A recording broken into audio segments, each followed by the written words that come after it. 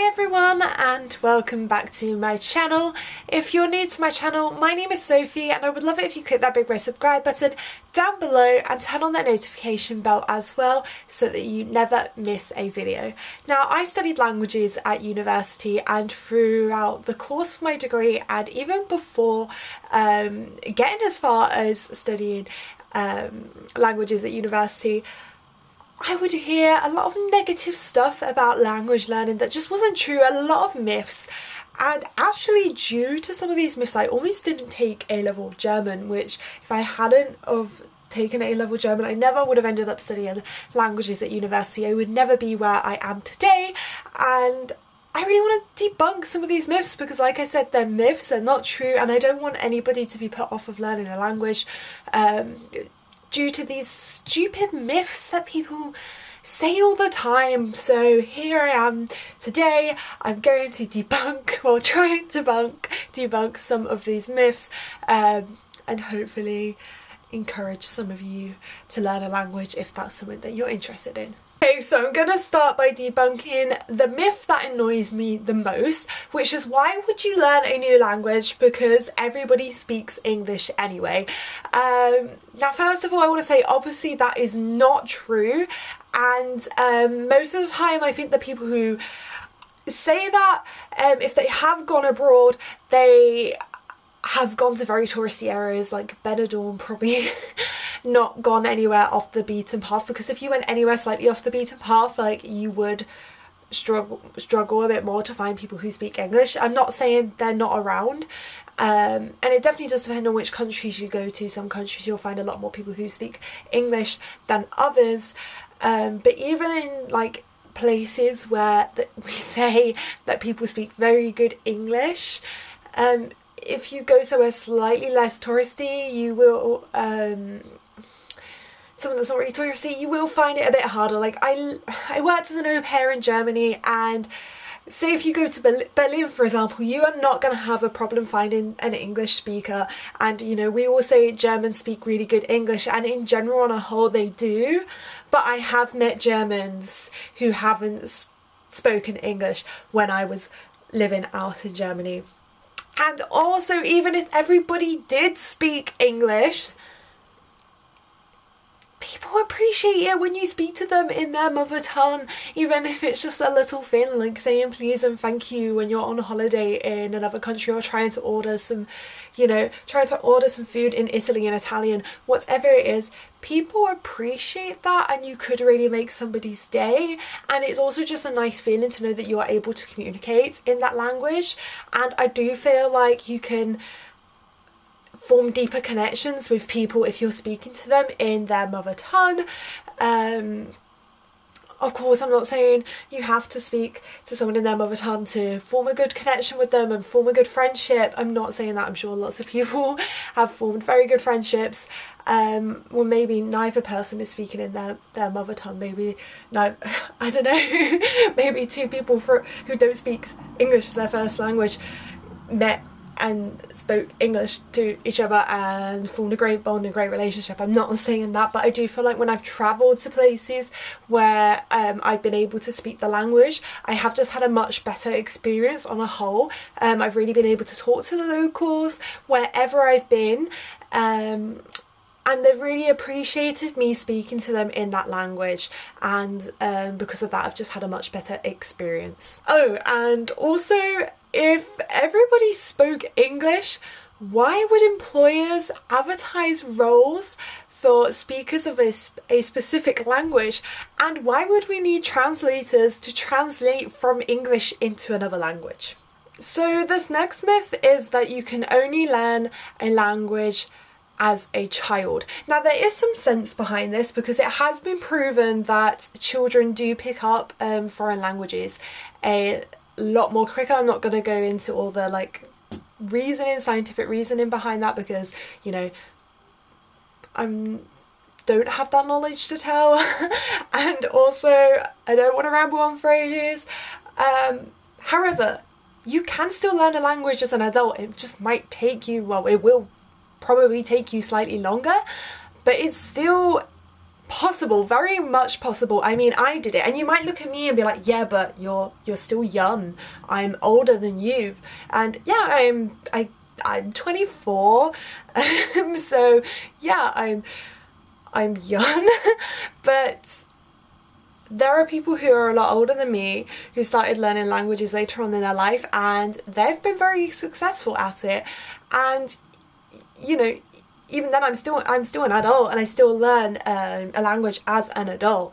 And yes, I did start picking up German whilst I was at secondary school, but I really didn't learn German properly until I was about 18 years, no, not even 18 years old. I think I was about 20 years old when I went and worked as an au pair in Germany, and that's when I first really felt like I could speak German. I feel like I really didn't learn German very well at school at all. I definitely didn't have the best teacher during my GCSE years.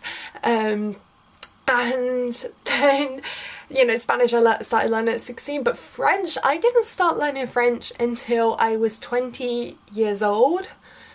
And I mean, I was 20 and a half years old if we're counting that. But yeah, I didn't start learning it until I was 20 years old. And, you know, I started learning French when I started university, and I did this 4-year degree. And I would now say that I can speak French pretty well. I now put it as a skill on my CV. So you can learn a language later on in life. It's not impossible. Yeah. Okay, so this next myth I guess is quite similar to the last one, and it's that you need to possess some sort of special skill to learn a language. Now, I don't even know what people mean when they say special skill by that. Like, I'm pretty sure, like, okay, let's look at other countries where, as a whole, a lot more people speak a foreign language to the UK. Are we saying all those people possess a special skill? No. No. Do I possess a special skill? No, I've always been an average student at school and at university. You know, I work really hard to get I worked very hard to get my grades, and sometimes I didn't even get the grades that I wanted despite working so hard, and then I'd see someone else who barely turned up to lectures get a better grade than me. So if anyone had a special skill, it was them, not me. But I am still here being able to speak languages. So you do not need a special skill. It's actually just about how you study a language, how you choose to study a language, how you spread out your time, and just about really immersing yourself in the language. I always talk about the importance of language immersion on my channel. Now, I'm not saying grammar isn't important. I have grammar books in, you know, each language that I have studied, and despite finishing my degree, I will pick up those grammar books every so often, and I will go back over stuff to refresh my mind, just to make sure that I'm not forgetting grammar, because I think it is important. But I think really, you know, immersing yourself in the language is one of the most important things that you can do when it comes to learning a language. I'm not going to ramble on about why, because I think this video will be way too long, but I'm just saying, like, I'm not smart. I just really did immerse myself in language. There was a whole period where people were just coming up to me and saying, oh, did you watch, like, what did you think of this show? Or talking about all these shows on Netflix that I hadn't seen, because I'd just been watching stuff in German, Spanish and French. Basically, I do watch some stuff in English now, but most stuff I watch is not in English, it's in German, Spanish or French, because I really immerse myself in each of my languages. Now, this next myth is one that I heard a lot because, well, I studied languages at university after all, and we are kind of brought up with this idea that you go to university, study a specific subject, and then you go and you get a career that's related to the subject that you studied, which isn't obviously always the case. A lot of people end up studying something that's completely unrelated to their degree, but everyone kind of assumes that if you go and study law, for example, you want to be a lawyer. So, you know, people ask why you're studying that degree, what you want to do. So I heard a lot, well, why are you studying languages? What are you going to do with that? Are you going to be a teacher? Does that mean you're going to move abroad? Are you going to work abroad? Are you going to be a translator? They're literally the only things people seem to think that you can do with foreign languages, which is not true. And you may be looking at me and saying, yeah, well, why would we trust you? Like, you're literally a graduate, you've literally just graduated university. Do you even have a job? And the answer is no, I do not currently have a job. But where I have finished university, that doesn't mean I've been looking a lot at what options are out there for me, what I could do. I've been going for interviews for roles and being like, no, actually that's not for me, but I could see why that would be good for someone else, and I'm glad I at least, you know, learnt about that role. I've been contacted on LinkedIn because I have foreign language skills for specific roles, so I know that, you know, yes, you can teach languages. Yes, you can go work abroad. It's a lot easier to move abroad if you can speak the language, but then I do know people do move abroad without speaking the language and then learn the language whilst they're there. It does happen. And yes, you can be a translator or an interpreter. I think a lot of people muddle up the two, because there was a period in time where I was strongly considering going down the translation route, and people would sometimes think that I wanted to like work in the UN or something as an interpreter when I said translator. So yeah, but there's more. I mean, most of the roles I've been contacted about on LinkedIn have been within recruitment, which I have decided that I don't actually want to do, because I'm not going to ramble on about why, because this isn't a careers advice video, but I have my reasons. But I have seen other stuff. I have seen marketing roles asking for someone who speaks a specific language, business development roles asking for someone who speaks a specific language. If you can think of a role, there most likely is a company that has some sort of market overseas that wants someone who speaks a language, you know, to help with that overseas market. So you could probably basically... having a language puts you at an advantage, really. You don't have to go on and study languages at university, I'm not saying that, but say you really wanted to work in engineering, but you also like learning languages, there's no reason you could, you know, go on and do this engineering career or study engineering or whatever and learn a language on the side, and later on in life, you never know, you might find a role that looks really good that's engineering with this language that you've learned, and then you're at an advantage. That was another role that you could apply for that you couldn't have applied for if you hadn't learned that language. And I mean, if you work for a company and there's business trips that come up to somewhere where you speak the language, again, you're like at an advantage, right?